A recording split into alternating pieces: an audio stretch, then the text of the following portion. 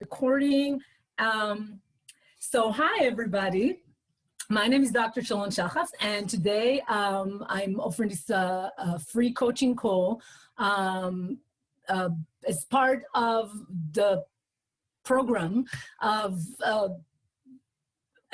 like to combine a lot of free community outreach on Academic Writers Unblock, which is the Facebook community that I founded and am running, and it's also the name of my business. I do, so in a minute I'll introduce this in a more organized way on my PowerPoint, but what I wanted to do for today, and everybody, now that I'm recording, everybody that's on the call disappeared, so maybe I should just do speaker view. Hang on, let me see. I kind of forgot how to do everything Zoom. All right, so today we're going to talk about, we have this free coaching call. Those of you who are here, feel free. I would bring, bring your favorite journal or something to, take notes or write. I will occasionally ask you to, I will ask you questions or give you prompts for you to write. And if you want to participate, you're very much invited. Although I also understand that since this is recorded and will be on the group, on Academic Writers Unblock, I'm not going to put it generally on the internet, but just on Academic Writers Unblock. So feel free, but I will remind you, because sometimes we can get, when we do a coaching call, we can get into the specifics of what is oppressing us. And, I want you to feel free to do that, but I also want you to remember that this is going to be public, somewhat public.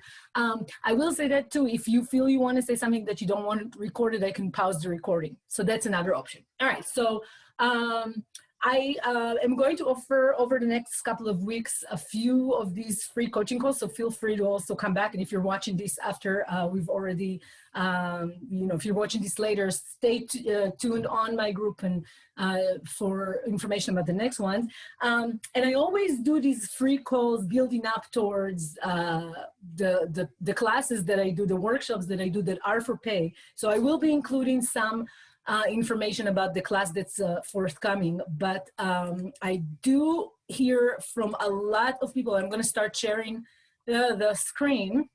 I have been getting a lot of questions lately, specifically, I wouldn't even say about burnout, but I would say that it's very obvious from a lot of the people that, my ongoing clients, and from, just people in the group. And I constantly talk with academic writers, and it sounds to me like people are burning out even more so than before. And of course, there are many reasons why we might be burning out even more than usual after a year of COVID. If you guys are in the US, and even if not, just the election year we've had, and 4 years before that, etc. But I figured it could be a really nice, way to give people a sense of the kind of work I do, if you work with me one-on-one, or if you take the workshop, because my work with academic writers centers on helping you deal with impediments, creative blocks, any sense of stuckness, and again, I'm going to show you a little bit of how we approach this when I show you how I approach looking at burnout.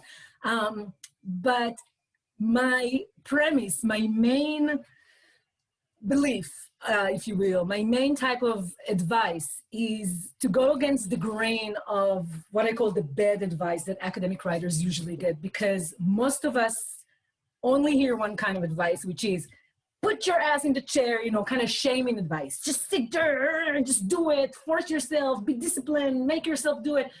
And I think that this advice is really, it's lazy advice, it's unhelpful advice. And a lot of the time, if you're stuck, if you're blocked, if you're burnt out, if you're, you've already been doing that for a very long time. And so that kind of advice just makes you feel bad about yourself. So quickly about me, as I said before, my name is Dr. Sharon Shahaf. An independent scholar, author, editor. My background is in global media.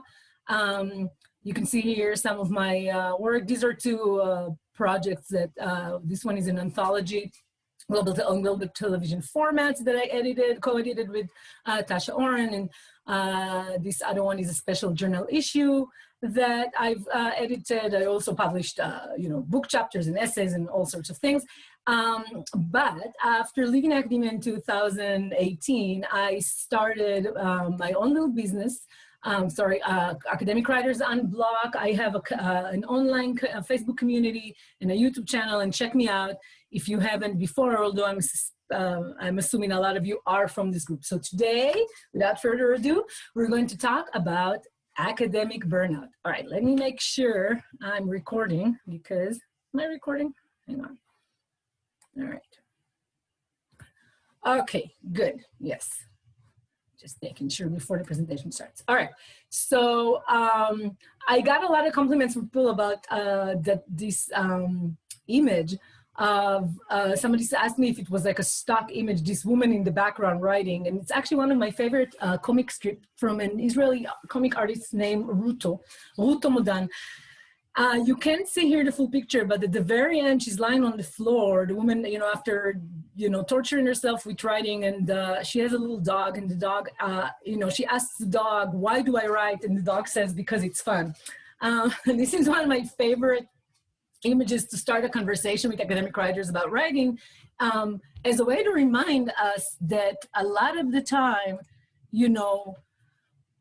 when we get stuck, we forgot how to align with the part of us that chose to do the work we do because it's fun, because we want to do the work, right? So there was a part of it, early on in life, at least, there was a part of us that really wanted to do this work. And sometimes so many times what I see happening when this becomes, especially when this becomes a career, but even before in graduate school, and when you also have, more duties, it could be, your children, or you're taking care of parents, doesn't have, or you're taking care of pets, or you're, stuck in your apartment for a year alone because of COVID, et cetera, and things kind of pile up.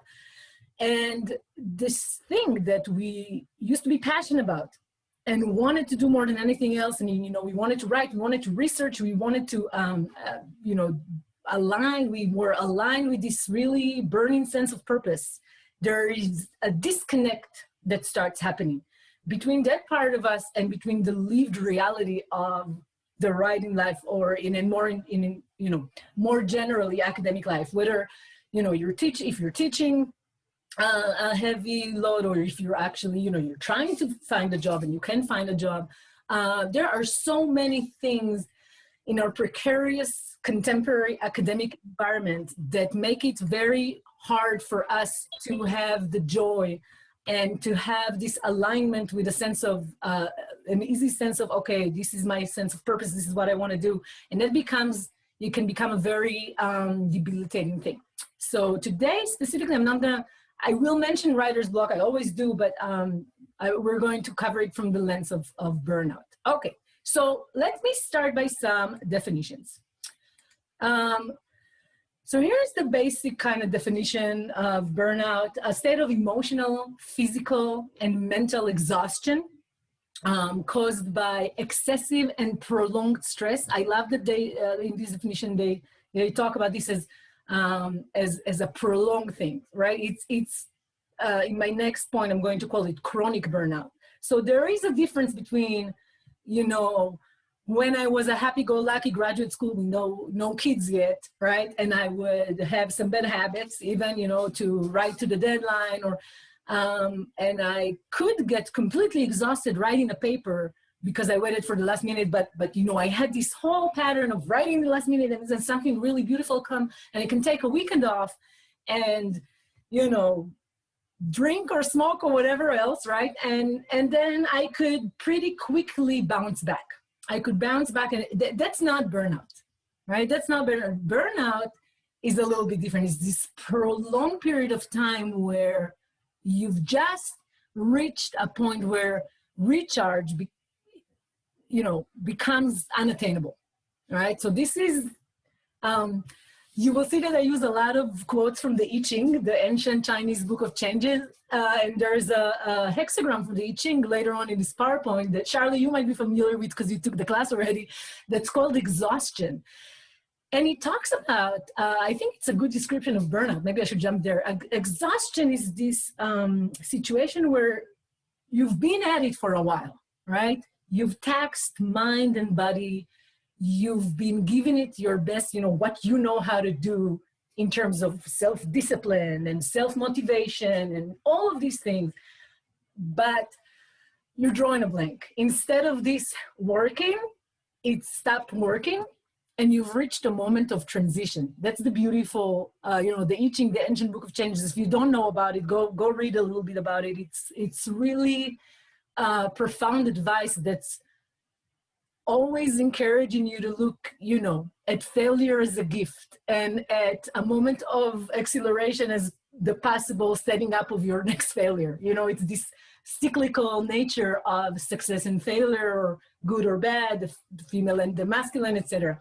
So when you reach this moment of burnout and exhaustion and everything that, and you're emotionally, physically, and mentally exhausted, that is the territory we're talking about. So I'm not going to jump ahead to tell you what the I Ching says, because we're going to go through the more Western traditions before. All right, so it occurs when you feel overwhelmed, emotionally drained, and unable to meet constant demand, which is basically, it should be very familiar to everybody doing academic work.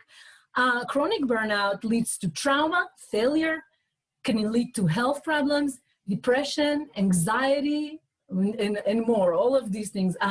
I'm going to use the work of Karen Parker Curry today. Karen Curry Parker, who is a very influential well-being kind of coach and teacher. And she talks a lot about burnout. In a minute, I will show you. She actually has a TED Talk that is from this year. So it's TED Talk, but it's from her own home. And Karen Curry Parker specializes in burnout, and I really love her approach. So we're going to get into her definition, but I love that one. She talks about burnout as something, as a situation that creates this cycle of joyless living. Which, right, I see, Charlie, I can see you, so I'm seeing you nodding. So I'm assuming that everybody's nodding in the background, because that's the kind of territory that I want to cover when I talk about burnout. So, all right, so here's the thing. Hoping that we could be a little bit interactive today, I was going to stop and have you write down, so just stop for 1 minute. Having you, and this is part of, we're going to get in a minute to, I'm going to go over the causes for burnout and then the approach to how to deal with it. So we're actually practicing now one of the things that would be an intervention I would introduce for you to deal with burnout. Because naming what it is, how it shows up for you, it can be a step that we tend to jump over. Yeah, I know, right? I'm busy, I'm burnt out, I don't have, I know what it is. But actually, the invitation, the way I work with clients and students and workshop attendees, etc., is I always invite people to slow down, take a deep breath, and become very mindful about what it is for them. So let's take 1 minute, and I promise I will also shut up, and just write for yourself what causes your academic burnout. Whatever comes out, it doesn't need to be, super complicated. It could be what causes it now. It could be what causes it, in other times. So we're going to do 1 minute from now.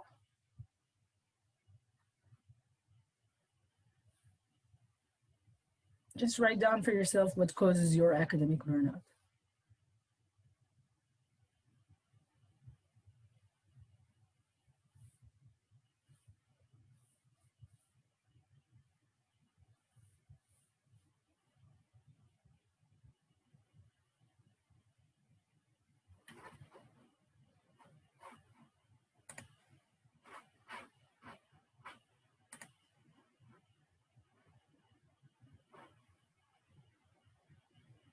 So I'm pausing the recording for those of you who are watching this later. So let me continue the recording. Who wants to share? If you want to share, again, it doesn't have to be like super deep, but it's really helpful to hear from people. Jennifer, do you want to tell us a little bit what came up for you? Sure. So I think, you know, pre-pandemic, it was probably just like the sheer workload, right? On you know, just especially in American institutions, there is a heavy workload, especially if you're at a teaching-centered university. So for me, it was teaching, research, and service. And so increasingly over the years, let's say, you know, the workload was supposed to be 40% teaching, 40% research, and 20% service. Over time, it became 100% research, 100% you know, teaching, and 100% service, which just isn't really feasible. And in my case, our family had caregiving for my mother who was ill and my father-in-law who was ill. So those kinds of demands at home, nursing homes, doctors' offices, plus academic work while trying to go up for promotion and tenure was a lot. Fast forward, I'm not quite clear if I had burnout and then recovered and then got burnout again, or if it's just been like perpetual burnout, if that makes sense. That's a good question, actually, you know, and it compounds either way, right? It compounds, even if you had that moment of, so it definitely is, and I will say, I will throw in another thing that, you know, and I don't know everybody that's on here, but I will tell you that as we reach midlife, right? And that's, you know, 30, 40, between 30 and 40, it's, you know, look around you.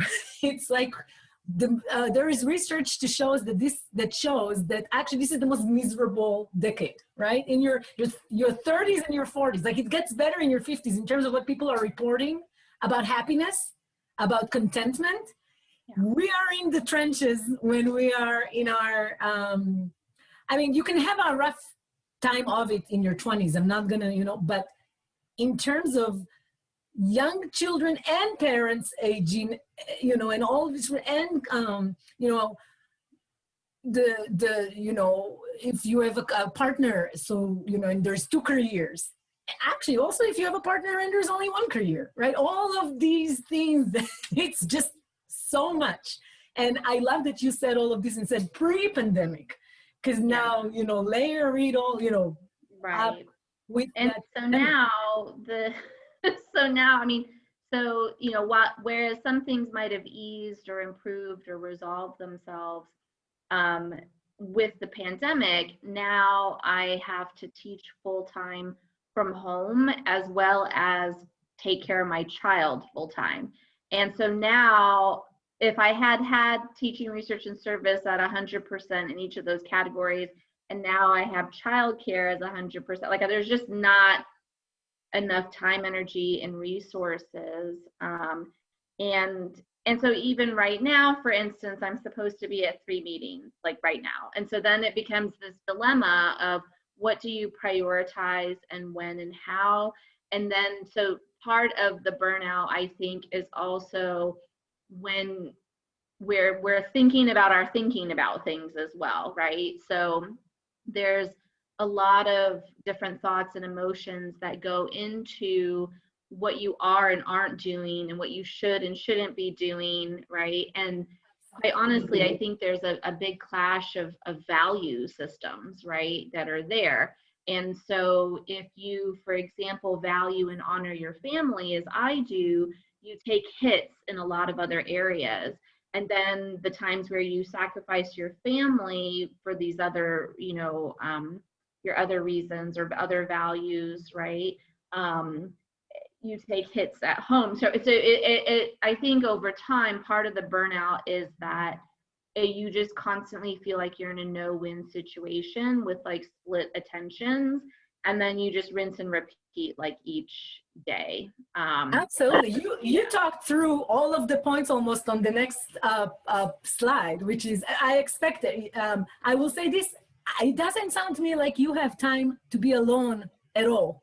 I would guess, right? I'm just putting it out there, right? Because recharge happens in solitude, right? So, I mean, it can happen you can also have recharge, watching a Disney movie with your family. But, that kind of deep recharge you need for when you really are burnt out. One of the first things that went out the window is time completely alone, right? I've been here for a year with 2 kids doing remote schooling, and my husband was a corporate job, but we're all doing, and me building this business and right? All in the same, I love them, but gee, do I need sometimes to not, I call it the family soup. So everything we were already experiencing before is now completely heightened. And, I'm going to guess a couple more things, Jennifer, that you're a perfectionist because you're an academic. So, right. And that there's something we talk a lot about with, especially with, academic parents, but especially moms, is that motherhood has its own set of perfectionism.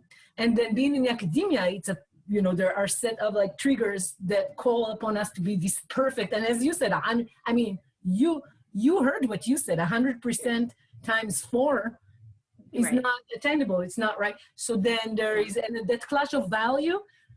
Let me ask you this, and this is for you to ponder, could you ever win? Like you said, there's no winning when you're trying, it's like mutually exclusive things, right?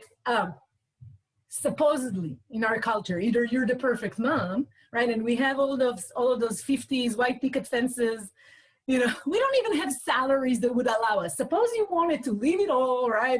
And be a little June Cleaver at home, which I'm not, assuming you would want to do. But I mean, let me tell you, this is not even attainable. So so you end up, so I think what's tough is that you try to steal these moments, right? And then, but in those stolen moments, you have these big existential questions that you're trying to deal with. So you go back and forth. I mentioned to my friend the other day, so, you do the ordinary task of getting gasoline in your car or going grocery shopping, but then you have the big thoughts about who am I and what am I doing with my life, right? Yes. And where are we headed with the pandemic?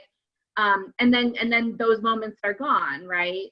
Because you have to get back, to whatever you happen to be doing. So, at least for me, it's got to a point where it was just not healthy anymore, right? For mind, body, and spirit. And so, I'd like to think I've been very good now about letting go of a lot of things. But then you get to a point where you're like, okay, I thought I let go of a lot, but there still seems to be much more. Yeah. You're hitting on a lot of it sounds to me, I will just say this right off the bat, Jennifer, it sounds to me like you're already doing a really good job naming a lot of these things. And that is sometimes all we can hope for a long period of time. So a couple of things there. I also think I don't know, tell me if it resonates, but I feel like, when did we wake up to say, okay, this is no longer this temporary period of COVID? Because I think for the longest time it was like, okay, let me just manage, and I will, as you said, I would let go of this, and and I felt like I had it together, but at some point there was like, wait a minute, it's been a year, so you kind of, what I'm trying to say is that it makes sense that we would be in a place of recalibrating, reassessing, what works and what doesn't work. And that leads me to a basic premise and foundation of the approach that, I employ working with clients and friends and students, which is, this is forever an ongoing process, right? So as long as you stay with it, and again, I'm going to go into more specifics, but I can also hear the frustration of, I'm doing everything, including the self-care pieces, including thinking about this, and yet I'm feeling burnt out, right? Is that, like you're burnt out from thinking about your burnout, which, and sometimes you just, And again, going back to Karen Curry Parker, I love something she says, and I work with her as my coach as well, so this is why I keep going back. She goes, sometimes there's no way through it, but through it. You know, there are moments where you're just, and it's not the same as suck it up and put your, you know, it's exactly not the same frequency, if you will. It's okay, I'm going to get, you know, this is bad. So there are moments in life, and I definitely believe that a lot of us are in that space right now, that it's just becoming this chronic situation with, this is not moving anywhere, right? This is not going anywhere. And so I just invite you to be super self-compassionate and super, I know it's hard, but, you know, super sweet to yourself. Like it's easier for us to do for other people, right? To just, yeah, but I hear you. So anybody else, this was really helpful, and I want to get to the slide, but anybody else wants to share a couple of if anything, you know, came up when we said what causes your academic burnout? And if somebody's in a different place in life also, because I mean, I know we might have like doctoral students, you know, if you're trying to do comps right now, I bet it's a different story. All right, I don't see anybody jumping in, so that's okay. Let me just get into this next slide. So I threw in a couple of things right now on here, you know, that I anticipated would come up. And I think, Jennifer, you really brought up a lot of these things, right? You know, stress, again, prolonged ongoing trauma. Now, okay, I can talk about each of these for a long while. So let me just read it quickly. Trauma, overload of life / work duties. Again, Jennifer, you described all of these things. Unresolved conflicts can really lead to burnout. So, you know, unresolved conflict, Charlie, not to share too much about what I know about your life specifically, but, you know, I know if you're in a space of in between and things are unresolved with, you know, do I want to do this kind of work or that kind of work? Am I going to work with this person or that person? This could be, you know, especially if it takes a long, and again, our academic universe right now, and again, this goes out to a lot of you that are watching this later. I know a lot of you are precariously employed people, or you're, you know, graduate students finishing graduate work, looking out and not seeing those jobs right out there. And so these kind of unresolved conflicts, you know, this is really rife for, you know, you burning out because you're already doing all of these other things. I have to stop and breathe every now and then and just thinking about all the different things that everybody that's watching this video are, you know, all the balls that you have in the air. And then if there's an unresolved conflict where you're not sure underneath, you know, it can be very detrimental. Life transitions. So a lot of times I want to actually talk about this a little bit. So trauma and life transition. So again, not to get into this too much because I didn't want to do 3 hours today, but so many times when I work with people who are extremely blocked, there are life transitions that you are not really accepting or allowing yourself to have the time. So a really classical one is having a new baby, especially your first baby, you know, so you know, the delusion of, especially, you know, I was, you know, this graduate student, you know, doing graduate school and finishing this pregnant with my first and not realizing even, you know, like I knew, right? But then actually having the baby and trying to deal with, and you try to continue the same way as you were before. So this is the point I want to highlight. When you have a transition, but you try to continue as it was before, you can burn out like crazy because you end up being angry at yourself because what is wrong with me, right? So then there's place for like shame and self-blame and self-critique when, you know, everything around you changed, something changed in your life circumstances, but you're not, you know, you're not forgiving of yourself for not being able to do as you did before now that everything changed. So COVID is a big one for all of us with this, right? So I said perfectionism, toxic work environment. I mean, and again, I know I'm recording this, so probably this is why I was, you know, started off with that. But I am going to put my money on some of you have some toxic work or, you know, school environment, because it could be in graduate school, right? And we can have a whole session just on that. If you have a toxic supervisor, if you have a toxic, you know, work supervisor or dissertation supervisor or any kind of thing like that, right? This can very quickly lead to spiral into many other things that can also lead you to burnout. Precarious labor market, diminishing opportunities, culture of harsh critique within academia, discrimination, right? Gender, race, class, all the other things, you know, accent, whatever it is that can lead you to face discrimination is completely burning out. It's very exhausting when, and again, when you have all of these other things going on, as well as, hang on, I think I need to admit somebody. Yeah. Right, so all of these things can coalesce and then compound and become very rife, you know, as you know, how will you not burn out when you have all of this going on? A loss of a sense of purpose. So I mean, I'm tempted to ask Jennifer, because you were so you don't have to, but Jennifer, I was wondering if, you know, within that situation that you've described, or anybody else can jump into, right? When you are in this, it sounds to me like, and this is also from a lot of people I've been talking with in the last year, everybody's in survival mode, and it's been going on for a long while. When you're in survival mode for a long time, it's very easy to fall out of alignment, right? And being with this very clear sense of purpose.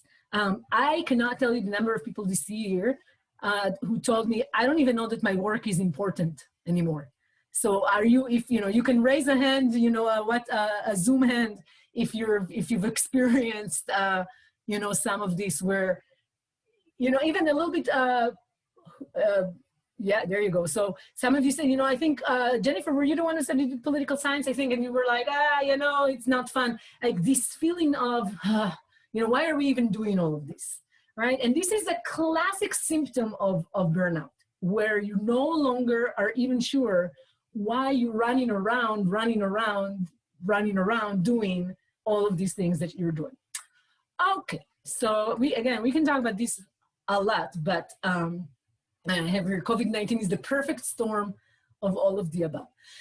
So quickly, I want to talk to you a little bit about new approaches to burnout. So again, I mentioned Carrie Parker. I recommend watching her TED Talk. It's titled "A Better Job Won't Help: The Truth About Burnout."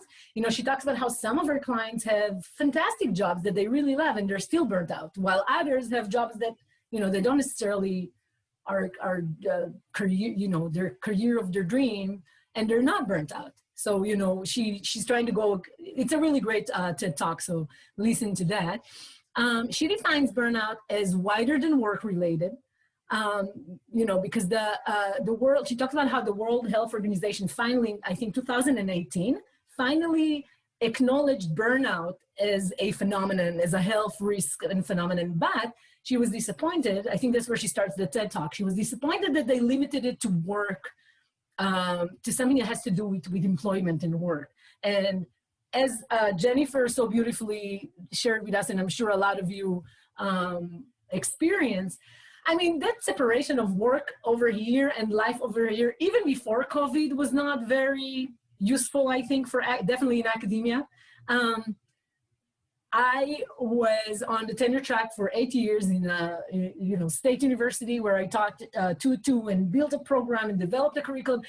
And I came in with a newborn, and then I had a 2-year-old, you know, and 2 years later I had another one and had a 2-year-old and a newborn. What was work and what was life, right? There is really no way to separate, you know, all day long, I was feeling that I'm not working when, you know, whenever I wasn't like in the classroom, maybe teaching, even though I was nursing, I was changing diapers, I was playing, I was whatever it is, I was like, oh my God, I'm not working. And at the same time, every time I was away from my kids, I felt like I'm a bad mom because I'm not with them, right? So I love, Jennifer, what you said about the 100% this and 100% that, because try to do the Venn diagram There is no overlap, right? So this chronic separation, problem with separating the duties you have in your life and the duties you have in your work, I think was already going on before we all were now asked to, okay, now try to do this all at once in the house without break. So definitely a compounding situation. So burnout is a wider than work-related, and she talks about burnout as something generated by trauma. Now, she actually, to do that, actually expands her definition of trauma. So I really like the way she does it, so I want us to spend a little bit of time with that. She says that trauma is any event, perception, or experience that causes us to lose our connection to our sense of value. And Jennifer, I remember where you were talking about clash of values. I was like, yes, Jennifer has it. So any event, perception, I mean, of course, trauma, there's the traditional definition of trauma, and it stands, if you have a very violent, event that traumatized you physically or emotionally, that, trauma with a capital T. We're not trying to diminish the importance of knowing that some traumas are, if you thought you were going to die, or you were about to die, or you experienced something very injuring, et cetera, et cetera, et cetera. So this is not to replace that, but to talk about how trauma can be a much more daily thing, how in the course of what we call a normal kind of happy, okay life, we can be traumatized. And again, by any event, perception, or experience that causes you to lose your connection with your sense of value and your worth, your self-worth. That's what she means here in terms of value, your self-worth. To question your self-worth, to question your, to not have integrity in the sense of wholeness around your self-worth, and to lose connection also with your unique gift that you are here to bring to the world. Right, so anything that kind of diminishes your ability to fulfill your life's purpose or what you feel you are here to do. Now, as I said before, academic life for many of us hold very traumatizing potential. Now, excuse me, sorry. In my class, and Charlie, you were already in my class, and I have a whole PowerPoint about the different. Why academia creates an environment that's really with a lot of potential for traumatizing. A lot of, and again, I don't want to get too much into it. So, we talked about this also. I talked about it in my other videos, the whole competitiveness and harsh critique and this constant measuring of productivity and, you're constantly called on to prove your self-worth. There is never a moment of finite proof, right? You get your BAs, and then you need to get your MAs, and then you get to need your PhD, and you need to get the tenure track job, and you need to get tenure. And now I talk to people that got tenure, and there's more. There's always more and more and more, right? And now they're getting rid of tenure, so we'll see. It seems like a lot of institutions are, trying to do away with that. So, okay.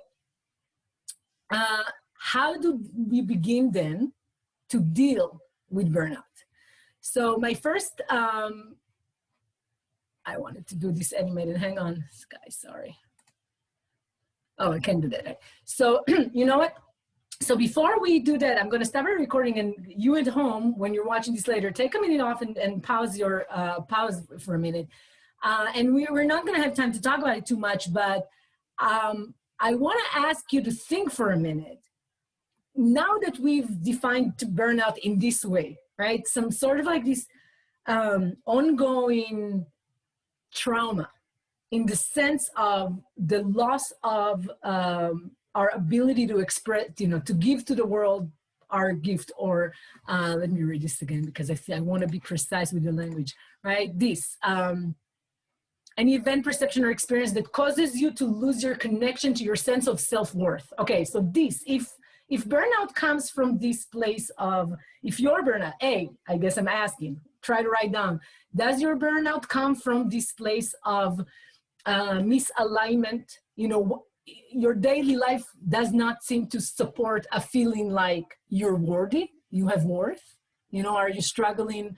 It's like a leak in your ability to hold, you know, your own sense of self-worth. And then how do you go about doing that? You don't have to have an answer. And I'm not going to also give you like one amazing, perfect answer, but I have an approach. But yeah, so take a minute. I'm gonna stop this. All right, so I'm back record from a minute, and Charlie is wants to share with us what came up. Yeah, I think when I see name it, I think I was struggling for almost a year with naming it. That's the thing. Recognize sometimes you think you're just tired or you're running out of ideas. And one thing that you mentioned once to me, you mentioned that I've been abused. I was in a abusing relationship. That has been hard to hear. Really, really hard for me to hear, because you're struggling against something, and without the name. I think this is the moment you reach exhaustion and you're not even aware of what's happening. You mean a relationship with an advisor or a supervisor, like a toxic? My supervisor, my supervisor. Yeah, a toxic environment. Yes, between the interpersonal abuse that can happen in academia. Yeah, because I don't know the system in America, but here it's really one-on-one. They try to add some what they call the committee, but to be honest, the committee is as a so you of a totally committee, depend on one person for everything. Which I mean, I guess most of us are with the advisor. You know, you have to have this relationship work, and if it's not working, or definitely if somebody's narcissistic, but you know, and this can happen across many different.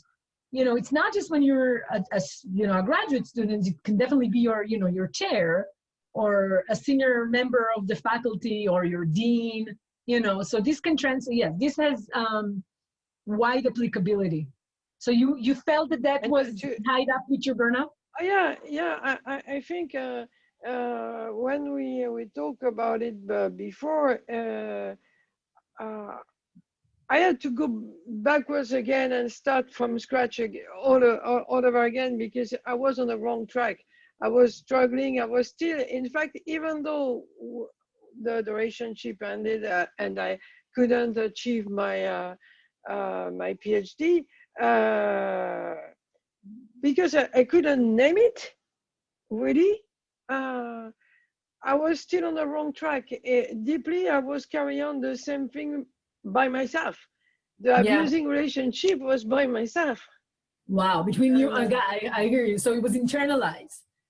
Yeah, and I didn't even understand that. So I encourage the person who are thinking that they're just in a writer's block because they are running out of ideas, or because this or because that. Yeah, the question of worth is really important, and naming it again, and maybe ask somebody else a feedback, because some words coming from somebody outside are stronger. Yeah, to help you kind of destabilize if you're in a thought pattern that's cyclical. Anybody else wants to share before I move on into the? Thank you, Charlie. I know the work you do. I know this. It sounds easy to now name, but it can be a very long process to just name. And back to what Jennifer was saying before, you know, she was like, I'm trying to do this work, but this also takes time. So naming can take time in itself. All right, let me jump back to the my little presentation here. So, and again, this is very generic, and of course, obviously, these things are going to be tailored individually when you do work individually with someone. And you know, I'm inviting you to take this and make it your own, right? It's not going to work. It's not a cookie cutter. None of these things is ever like this is going to work for everybody. But oh, sorry, this is the one. But here's I try to kind of present an intervention of how I would go about helping most people deal with burnout. So, intervene. That's where I begin. I always talk about interventions, and I love the word intervention because it's this idea that you stop. I like the stop, drop, and roll. And I will talk. This is what we tell kids in the U.S. I didn't grow up here, so it kind of caught my ear when they teach them fire safety. If you're on fire, they tell them, stop, drop, and roll. Right, so that you can extinguish the fire. I really love that because as a metaphor, right, for what we're dealing with. If it's writer's block or a toxic or burnout or exhaustion or a toxic environment or depression or anxiety, all of these things, especially in academia, a lot of us are high functioning something, right? Diagnosed high functioning anxiety, high functioning depression, high functioning this, high functioning that, right? So the problem with having built a self-coping mechanism of being high functioning despite this or that is that a lot of the time we kind of get numbed, insensitized, can't say that word, but you get it, right? We numb ourselves to the fact that we're on fire. We keep on keeping on without stopping to just say, this is too much. This is not healthy. I don't want to live this way, right? So, and it's also, I would venture a guess, and that definitely was true for me, but I know it is for many of my clients, that it is very frightening. It's very scary to actually do the part where you stop and you name and you say, this doesn't work, because we tend to jump really quickly from that moment of A to Z, meaning from, okay, this doesn't work to, but there is no solution, right? There is no solution. I don't have time to make time. I don't have time to deal with this. I'm already so stressed. So I really want to explain that this is not this is not a technical point. And this is a profound intervention to stop, drop, and roll, to say, oh, wait, I'm on fire. Because if you're on fire, but you continue to act as if you're not on fire, you're going to literally are going to burn, right? Burn out. This is why I love that metaphor. It really works well with burnout as well. Okay, so name it. I'm burnt out. And, do some of that exploration that we did before, like go back and look at this slide. Are any of these things going on? What is going on? And, if you've seen my other videos, I often recommend doing morning pages, which are 3 blank pages of, free flow, zero agenda writing every morning, or I do them at night a lot of the time, or, whatever ritual, but give yourself like 20 minutes or until 3 pages are completely full, that when you just write down. So morning pages could be a great place to do this work of naming, right? Of thinking about it or writing about it. And it can really, for me at this point, it takes me 15 to 20 minutes to do morning pages. And, as a regular practice, I don't have to then think, when and at what point in my week or my day will I have this space around me just exploring myself. So whatever it is that's going on that I have to explore, I know there's morning pages. And guess what? My family also knows. Right? So I'm throwing in here, it's not up on this slide, but I'm throwing in here morning pages. So for the first step of intervening that I recommended, where you stop, drop, and roll, you say, oh my God, I'm on fire. I better do something about this. But you don't have to do something enormous, right? You can start a daily routine of 20 minutes or 15 minutes to sit down and write. But remember, okay, let me stop and kind of make sure I'm highlighting this. The magic of morning pages, and this is from Julia Cameron's The Right to Write, and also from her The Artist's Way. So you can take this book and find out, is it a mirror? Oh, sorry. I'm like Trump with the Bible. Sorry. No, but I did read this one and the Bible. Okay, so this is where she explains how to do morning pages. And what's beautiful about that ritual is that my husband knows and my kids knows with my morning coffee. They can't talk to me until I finish morning pages. So, you know, if it's my mornings that I wake up with them, I wake up earlier so I have the time, but we share the mornings, then on the weekend. But again, the point is I created a ritual. It's all of 15 minutes a day, right? But I do morning pages. So I don't have to think whether I'm burnt out or I'm blocked or I'm sad or I'm anxious or I'm depressed. I learned to rely on my own ritual of doing morning pages to know that I will have a space in which to explore that. And again, the idea with morning pages is you're not allowed to have an agenda like, oh, I will think about this or that, right? But you end up, you know, writing what needs to come. And I see something is in the chat. Oh, it's a private? Oh, sorry. All right, so back to the PowerPoint. All right, so you name it. I'm burnt out. And then you stop. No, seriously. You just stop. You stop killing yourself. And again, I know when I said it in the PowerPoint like this, no, seriously, just stop killing yourself. Figure out a way to give yourself a real break. I added here, believing you cannot possibly take a break is one of the signs that you're burnt out. So guys, I know that space, it's a very cyclical, you know, the snake that eats its own tail. When it's with depression, it's with anxiety, it's with writer's block, it's with burnout. A lot of the time, the sign that something is off is that you do not believe, you develop a limiting self-belief. You develop a belief that you do not have the time, or you cannot have the resources, and you cannot make the time, or, you know, find the help, or whatever it is, to solve the problem. And again, as I said, it's a very kind of cyclical, vicious, you know, it's a vicious cycle, because if you don't stop, you know, so here's what I mean by stop. And I'm trying to understand why I have double. Okay, I don't know what's going on here. Sorry, I see myself 3 times at least. So I hope you guys are seeing me okay. So this is not at all, you know, I'm not, my intention is not to shame you into doing this, right? It's like, you know, you suck because you cannot make the time. But it's addressing one of the dynamics that kind of underlies a lot of the time why we end up not being able to solve our issues and in a cyclical way. All right, so, before I share again, here's what I wanted to say about this.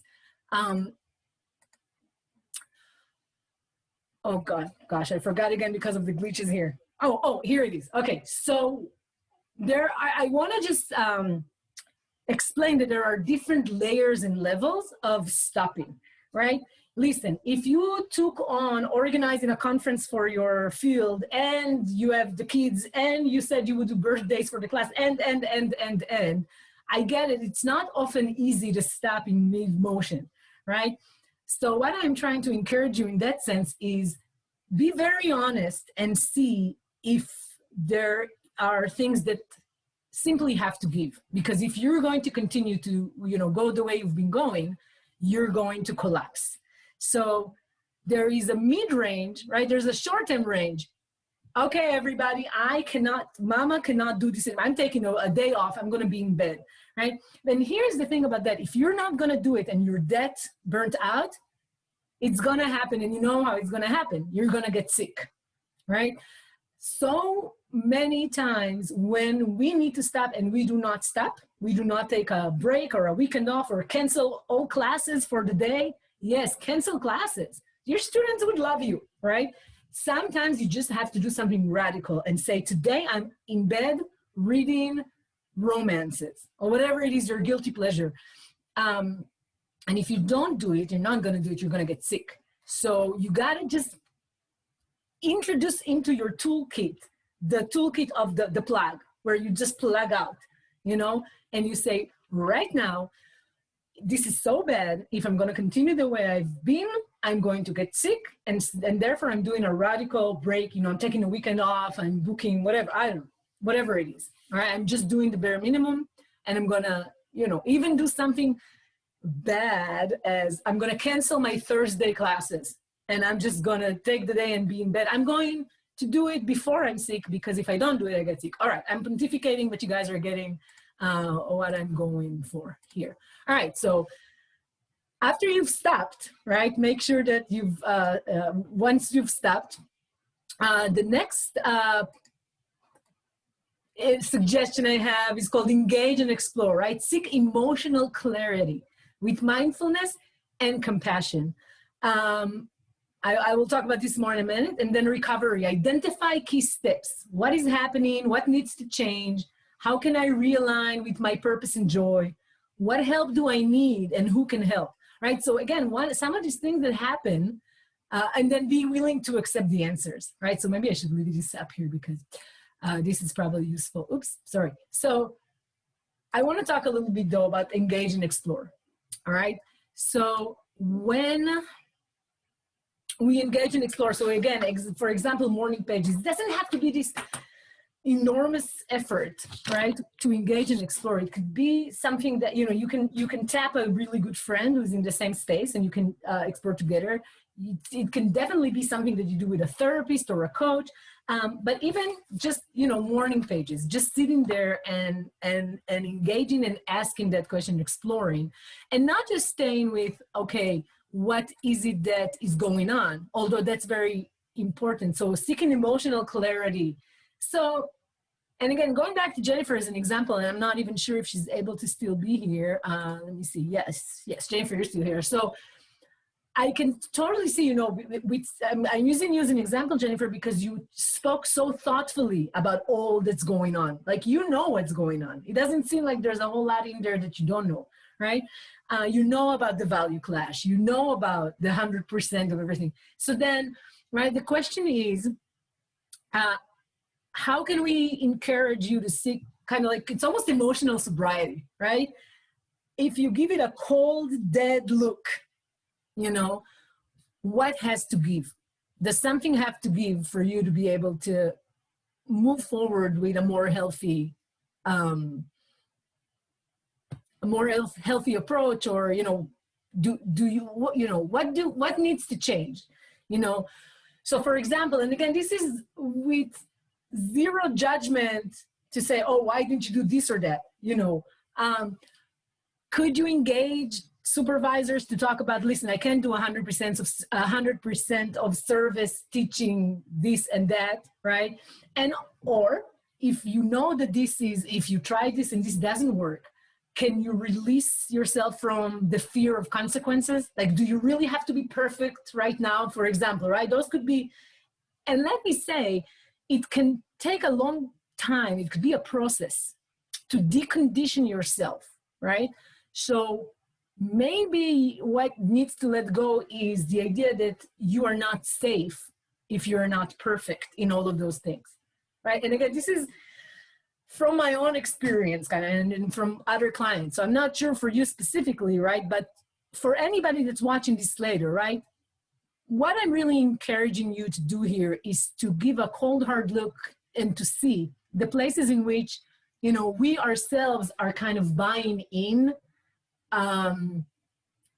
into these stories that we will not be safe, or we will not have enough money, or we will lose our job or our health insurance, whatever it is, because we have these stories as blinders to keep us running, right, the races. So, you know, can some of these stories be retired? Can it be questioned? Can it be challenged, etc.?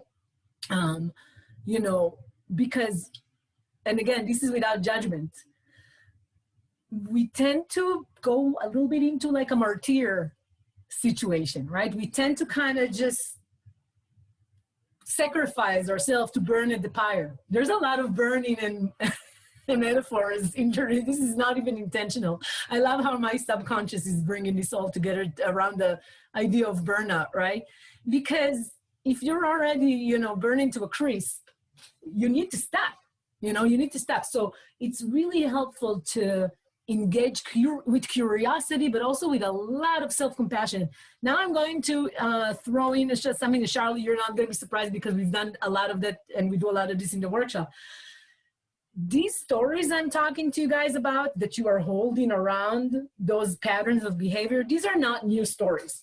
these are not even only your stories. These are ancestral stories. You know, these are stories passed down to us by the tribe, by, you know, consciously and unconsciously, right? By role modeling, our parents, our grandparents, even those before them that we don't know, they pass down to us, you know, in our DNA, in our blood, if you will, you know, and also just by family relationship, right? We are handed out some pretty strongly kind of put together sets of belief about how to be in the world, about what, you know, what is perfect, what is virtuous, what is safe. And a lot of the time we, you know, when we get to a point where something is not sustainable, it's a little bit like that Venn diagram that Jennifer was talking about, 100% of this and 100, you know, you can't be the perfect mom and the perfect career woman. There is no perfect. I think, you know, if you're perfect in either of these things, you're dead. Right? So there is no perfection, but also definitely there's no perfection in bringing together all of those identities around. You said, yeah, that you have to be perfect in everything. Okay, so then I want to just jump right back because I don't want to go too much, you know, into our hour two here. All right, so then in the recovery, I said identify key step. You know, what is happening, right? So what is happening right now, and what can change and needs to change? How can I realign with my sense of purpose? I mean, is this even possible right now, right? So little steps with that, right? If you feel that it's easier to align with your sense of purpose around your teaching, then maybe you say, you know what, this semester maybe I don't need a journal article out right now. If you're not going out for tenure right now, maybe I can just really just choose one baby pet kind of project that would allow me to feel better. And if I tell myself I'm a great mom this semester and I am really teaching the hell out of, I don't know, introduction to political science, but I'm rethinking it for this year, and it gives you satisfaction and it gives you joy, and maybe later it inspires your next publication and you can do a better, you know, a more aligned work with what came out of that experience. So temporarily letting some of those duties kind of give. I can definitely tell you that cleaning my house is one of the things that I had to let go of. I no longer, for example, right, which is, you know, again, this is not just about the writing or the teaching, it's about all of it together. So, you know, I used to think I have to clean it all in one time so it's all nice and sparkly. That doesn't happen anymore. One day I'll do toilets and another day I will just clean everybody's desks because everybody's here. And another day we'll do the kitchen, et cetera, et cetera, et cetera. So for example, you know, little things, really small things can give you that extra oomph, all right? All right, and then be willing to accept the answers as well, because you might hear something that you don't want, you know, you might hear something like, I don't think it's time to go up for tenure this year and I have to go up next year or something like that, right? Or I shouldn't be switching, you know, you might not like the answer of what needs to happen. All right, so I don't really have too much time to get into this beautiful exhaustion itching hexagram, but I do want to read it real quick because it's beautiful also. And helpful, and I want to finish kind of with this advice. The itching always starts with a scene from nature that kind of represents the moment in time. That it's like an oracle. You throw it and you get one of 64 hexagrams. So the one for exhaustion describe a dead sea. Its water spent eons ago, more deadly than the desert surrounding it. So a very nice, deep representation of that feeling of burnt out, of being burnt out, right? And then it gives advice to the superior person, meaning you, the person who through the itching, you know, you can get the best outcome and be the superior person if you would do what the advice is. And so in that realm of the deadly sea, deadlier than the desert surrounding it, the superior person will stake her life and fortune on what she deeply believes. I switched the pronouns here to female. Triumph belongs to those who endure. Trial and tribulation can hone exceptional character to a razor edge that slices deftly through challenge. Action prevail where words will fail. So, in a way, I want to read the rest of it, but it's the first half is kind of actually pretty action oriented. So if you know the I Ching, a lot of the I Ching hexagrams actually talk about waiting, but it's kind of interesting that in that moment of exhaustion, the I Ching actually says that you should act. You should act because the situation is dire, because it's dangerous, right? This kind of exhaustion. So let's read the second half, which is the situational analysis. It says, this is the realm of the shaman. You've exhausted every alternative, spent yourself completely, taxed body and mind beyond your former limits. And this is where the charm and the beauty, the magic of this hexagram comes. Survival and salvation, tells us the I Ching here, lays beyond your reach now. So we're talking about a moment where you actually cannot survive, which sounds very bleak, right? But here is the charm. Only transcendence to a new existence, a higher plane of being, will see you through. So the moment of exhaustion and burnout is a moment of death. But again, as I told you, with the I Ching, the yin leads to the yang, right? The moment of death can be a moment of rebirth. It's not fun. It can be unpleasant. Nobody said it's a fun process, but that's the way, right? Through it, only through it. So what if you can survive as you are now, right? You're taxed, your body, your mind, beyond your former limits. You've reached, right, your old self. Let's read this. The old you is just a dry husk. It's like, I always think about like a cocoon that, you've outlived it when I think about this hexagram. And it's really asking you to kind of shed that old skin and be reborn. You can't return to what, to that old skin, right? Metamorphosis is the only grace offered. You can only return to your homeland a new you. I really love that hexagram. And I don't think if you've not, been to a dark night of the soul, you can understand why this hexagram can be such inspiring advice. So again, I don't know if I'm only depressing you guys more. I would love to hear what you thought, but what you think about that. But I found that advice really inspiring and helpful when, I will share with you, and I've shared many times in the group, when I left academia by way of tenure denial. And a part of me was just discovering that I made that decision long before, the tenure was denied from the outside.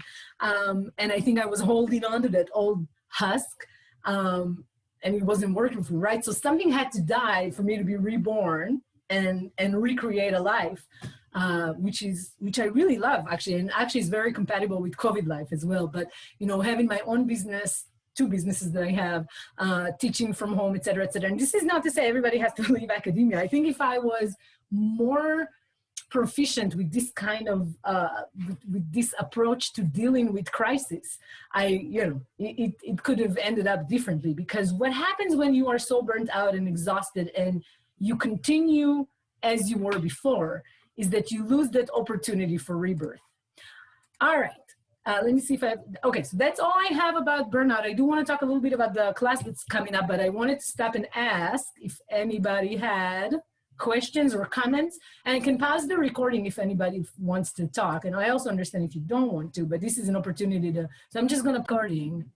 So I'm back recording, and I want to just jump back in. We have a bit of a, not everybody's still on, and some new faces are here, but I wanted to tell everybody that will be watching this later a little bit about the upcoming workshop. This workshop that's coming up for spring, Academic Writers, as part of my Academic Writers Unblock series of workshop, is called Develop Your Writing Practice, Process, Craft, and Style. Now, I'm not going to go through all of these details because this is also on the group, but I did want to mention, right, so I'm just not going to read all of this, but I'll just quickly describe the workshop. This workshop is my signature workshop, and it's basically designed to help people who are feeling stuck, uninspired, blocked, or even just, if you're not blocked and you have your writing practice, but it's feeling kind of exhausting and, that it's contributing to you feeling burnt out rather than aligning you with joy, which a lot of, not very often academic, I don't know many academic writers who write with joy and ease. That course is intended to intervene in that and kind of snatch your wig and help you realign with a sense of right. And the main intervention is to even introduce the idea that writing is a process, is a practice. It's something that people that are trained in creative writing programs or even, journalists on the job, they are aware in ways that academic writers are not. We get trained on our subject matter, we get trained in our area, and we are not trained as writers. And yet to make, to thrive professionally, we have to write all the time. And so, again, without getting too much into the details, because there's also videos on the group, I do want to invite you to check out this coming course, and I just want to talk about what it includes. So we have 7 weekly live workshops on Zoom, which are between an hour and a half and 2 hours, sometimes 3. I'm going to try to do them on Friday, but last time I had people from Hong Kong and Europe and all over, so we ended up at 10:30 in the morning on Sunday because that was midnight in Hong Kong. So often we will, I want to do it Friday at 1:30, but it might be the weekend and it might be in the morning. And then we have 7 weekly lessons pre-recorded. So it basically goes like that. Every Friday you get a pre-recorded lesson that talks that you can watch in the privacy of your own process. And then the first week we just do introduction, but basically you have a full week with the pre-recorded lesson and the readings, because you also get with PDF, readings and the PowerPoints and everything that's for that lesson. And then we workshop the week after, right? So you get your lesson and all the readings and everything for the unit on a Facebook group Friday, and then the Friday after that, or the weekend, we meet and we workshop. So these are the difference between the pre-recorded lessons and the workshops that are live. PowerPoint presentation shared with every recorded lesson. Each student is invited to fill out my special intake questionnaire, which is this magical little coaching tool that I developed for academic writers. We have weekly readings available in the Facebook group. You get homework and multiple weekly writing prompts and exercises to help you practice these simple techniques that we learn in class. We start with, techniques for creative unblocking and understanding the dynamic of writer's block and how to get unblocked.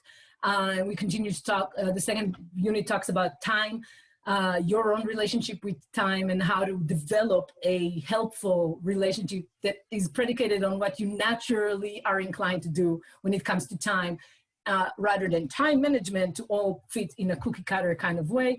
And then we have 2 weeks where we really delve into question of style and structure, and you get all sorts of like hacks and tricks and different things to help you think through structure. And it's really where that part of the class is where you really get to delve into your own project. So we don't have an official component of, you have to come in with a journal article or a dissertation chapter, but we always end up really becoming a support group, even though we have people from all the way from, late MA, not many. Usually we have PhD candidates like ABDs and faculty, and it really helps to, we workshop each other's work. We get to know a lot about each other's work without boring each other, because we talk across different fields, and it's actually really useful because we step back and we talk about the structure. We talk about how do you understand what your topic is, and the topic is something that you are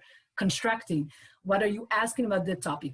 What do you do to answer the questions you ask about your topic, et cetera, et cetera. So we really go into different hacks that really help you step back and understand structural issues and how to go about solving stylistic issues. And then the last bit deals with craft. So, style and craft are intertwined, but we talk about, the working in it, learning how to work at writing, learning how to organize your whole life to be balanced around your writing and everything else that you have going as an academic. And then the last week or two, we do what I call finishing school, which is, talking about how to take a project from A to Z. And that also builds on this idea of craft and the idea of style and the idea of time management and what we started with, which is dealing with, burnout and blocks, etc. So this is the course in a very quick nutshell. Let's see what else I had here. So, oh, also we have, when you take the class, I create a Facebook group that's designated only for the class. It's very private. The lessons and everything is shared on this group, and everything is organized in units. You get everything that you need. But the group also functions as a fantastic community. And actually, the 2 classes that I taught in this way, those groups are still active, and people continue to go on the group and support each other. So they break off. It's kind of like breakout sessions. They break off from the general group that I have for academic writers, Academic Writers Unblock. And I actually continue to go on those little groups to have smaller conversation with people that were in a cohort together in a class. Definitely throughout the class, I'm always there and available, and you get a lot of one-on-one coaching, even if you don't, buy the packet where you get designated one-on-one coaching, because that's part of the support that you get as part of being a member of the class. Other than that, let's see if I have anything else to share about the class. Nope. Oh, hang on. So the class will begin. I think the first lesson would drop on the 26th. And again, if there are people coming that are from all over the world, like, we might have to find a different time, but I really hope to do it on a Friday afternoon this time. But then you get a full week with the pre-recorded lesson and the readings and the different writing prompts, and you can do however many or however little that you can every week. And then we meet and we workshop the materials, and we workshop your own stuff, and you're invited to think through your things, and we do a lot of exercises together. And I talk a blue streak as well every week. And really, it's quite incredible to see how quickly people begin to unblock in this group's scenario. All right, so I don't want to talk a lot more about that, but if you have questions or comments or anything else, this would be a good time to ask. And again, if you're just joining, this session was recorded for the most part, except for a few, back and forth with some people that wanted privacy. And if you actually want to talk, I can stop the recording for a minute in case somebody that's on here wants to ask questions or record. But otherwise, I will bid you farewell for those of you who will be watching later. If you are on here and you want to talk privately, let me know.